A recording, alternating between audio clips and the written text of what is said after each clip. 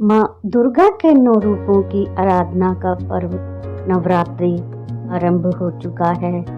नवरात्रि की प्रतिपदा तिथि से नवमी तिथि तक माँ भगवती की उपासना कर, व्रत कर, जागरण कर भक्तगण माता का आशीर्वाद प्राप्त करते हैं।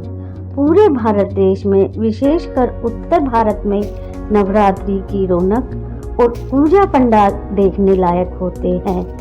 नवरात्रि के दौरान देवी दुर्गा के 9 रूपों की 9 दिनों तक पूजा उपासना की जाती है। इसके साथ ही अगर 9 दिनों तक नवग्रहों की भी पूजा की जाए तो अनिष्ट प्रभाव शांत रहते हैं एवं रोग व शोक से मुक्ति मिलती है। नवरात्रि शब्द 9 की संख्या से बना है, जो कि एक रहस्यात्मक बोध कराता है। माना जाता है कि यह संख्या अखंड होती है और जिसका ब्रह्म स्वरूप खंडित नहीं किया जा सकता। विभिन्न कामनाओं के लिए भक्तगण नवरात्रि में माँ दुर्गा के 9 रूपों की आराधना और पूजन करते हैं। आइए जानते हैं कौन से हैं यह 9 रूप और इन 9 रूपों की कथा। नमस्कार दोस्तों, मधुसरस चैनल पर आपका स्वागत है। माँ शैलपुत्री नवरात्रि के प्रथम दिन माँ शैलपुत्री का पूजन किया जाता है। पर्वतराज हिमालय के घर देवी ने पुत्री के रूप में जन्म लिया और इसी कारण इनका नाम शैलपुत्री पड़ा। प्रकृति का प्रतीक माँ शैलपुत्री जीवन के प्रत्येक क्षेत्र में सफलता का सर्वोच्च शिखर प्रदान करती है। शैलपुत्री के दाएं हाथ में त्रिशूल, बाएं हाथ में कमल का फूल रहता है तथा इनका वाहन वृषभ है।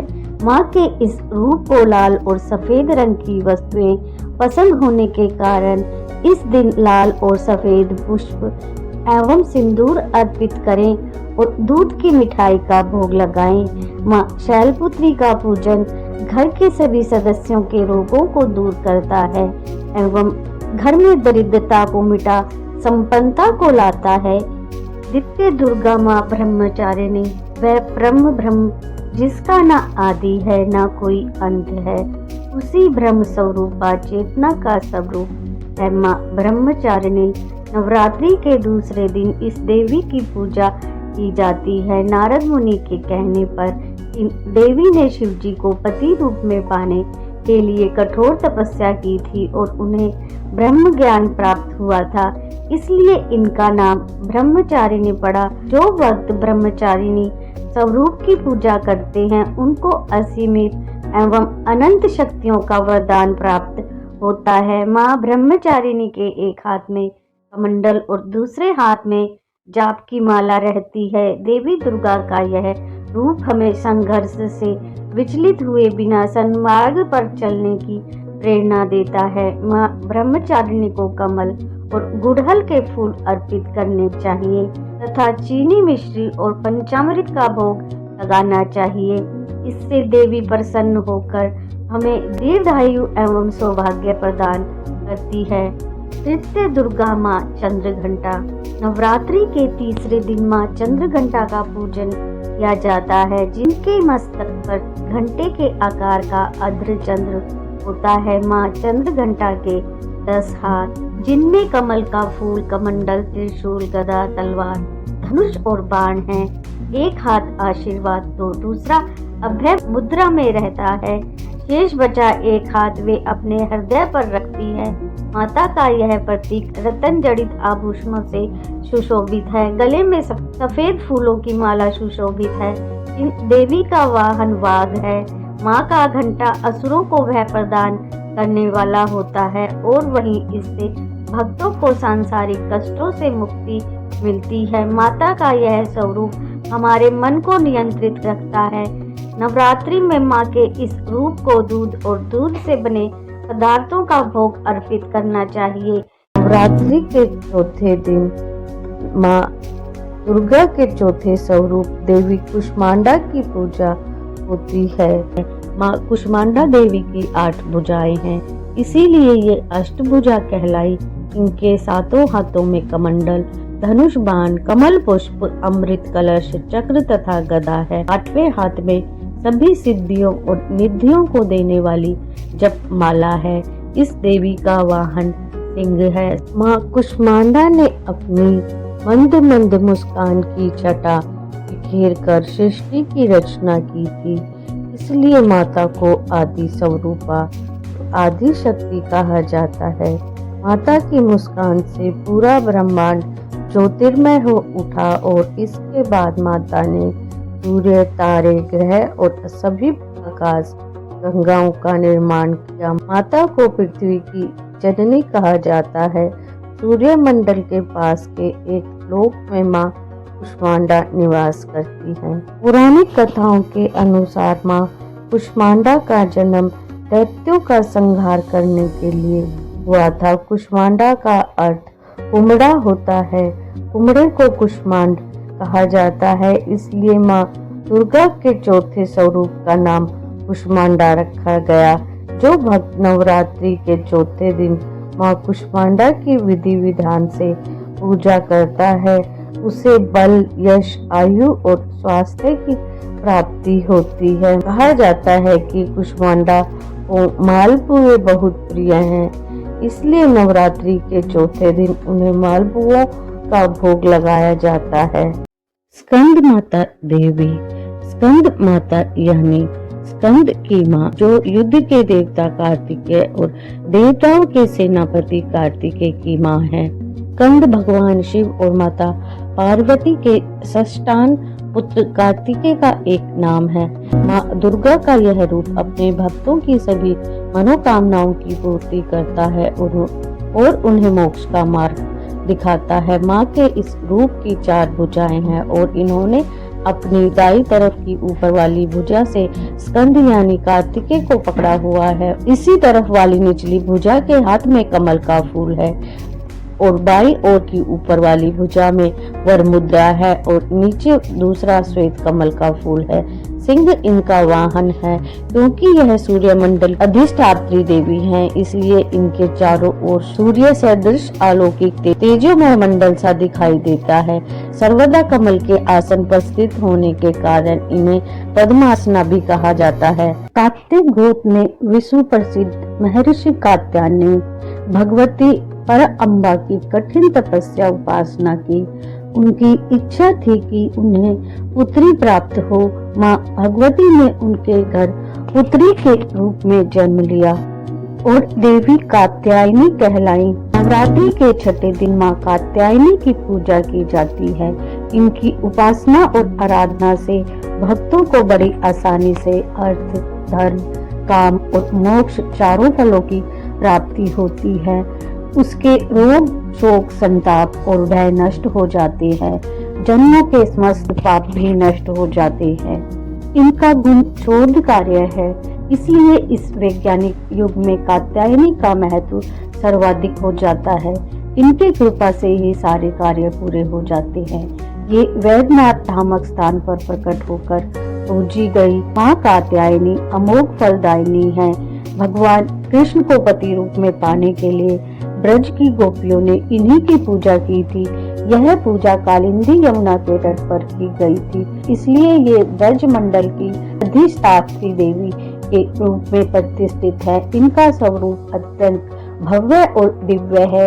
ये स्वर्ण के समान चमकीली हैं और भास्वर है। इनकी 4 भुजाएं हैं। दाईं तरफ का ऊपर वाला हाथ अभय मुद्रा में है तथा नीचे वाला हाथ वर मुद्रा में। माँ के बाईं तरफ के ऊपर वाले हाथ में तलवार व नीचे वाले हाथ में कमल का फूल सुशोभित है। इनका वाहन भी सिंह है। इनका वर्ण काला है व 3 नेत्र है। माँ के केश खुले हुए हैं और गले में मुंड की माला धारण करती हैं। ये गंधर्व की सवारी करती हैं। इनका रूप देखने में अत्यंत भयंकर है, परंतु ये अपने भक्तों को हमेशा शुभ फल प्रदान करती हैं। ये दुष्टों का संहार करती हैं। इनके नाम का उच्चारण करने मात्र से बुरी शक्तियां भयभीत होकर भाग जाती हैं। माँ कालरात्रि नवरात्रि के 7वें दिन माँ कालरात्रि का पूजन किया जाता है। दुष्टों का संहार करने के लिए माँ आदिशक्ति ने यह रूप धारण किया था। भक्तों के लिए माँ कालरात्रि सदैव सुफल देने वाली है। इस कारण माँ का एक नाम शुभंकरी भी है।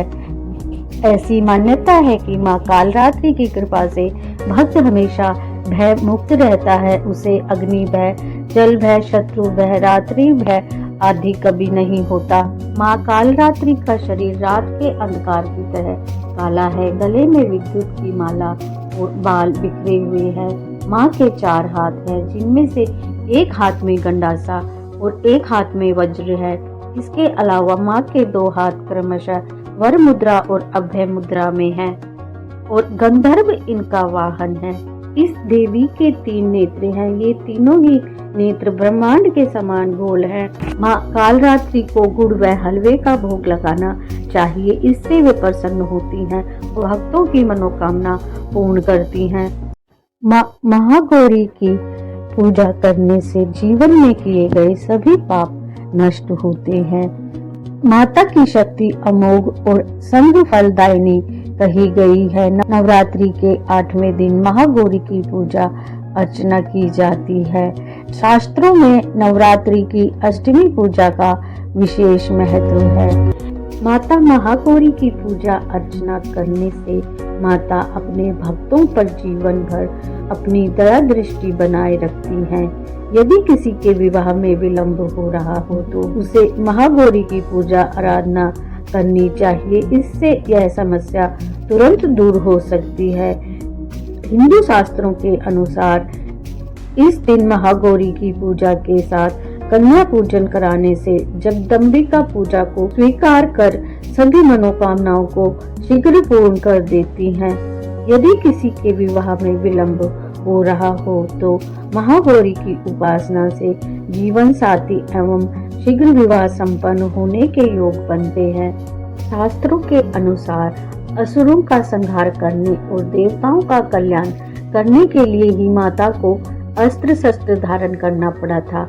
नव दुर्गाओं में माँ सिद्धिदात्री अंतिम है। अन्य 8 दुर्गाओं की पूजा उपासना शास्त्रीय विधि विधान के अनुसार करते हुए भक्त दुर्गा पूजा के 9वें दिन इनकी उपासना में प्रवृत्त होते हैं।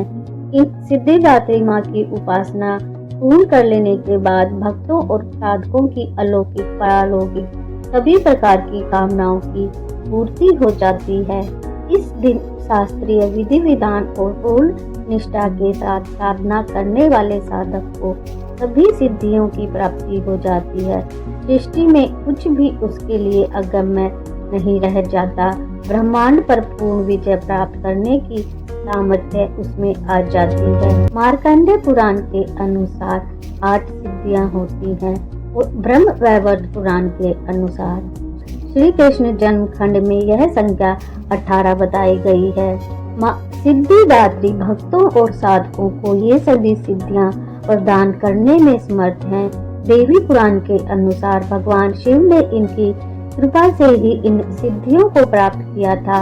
इनकी अनुकंपा से ही भगवान शिव का आधा शरीर देवी का हुआ था। इसी कारण वे लोक में अर्धनारीश्वर नाम से प्रसिद्ध हुए।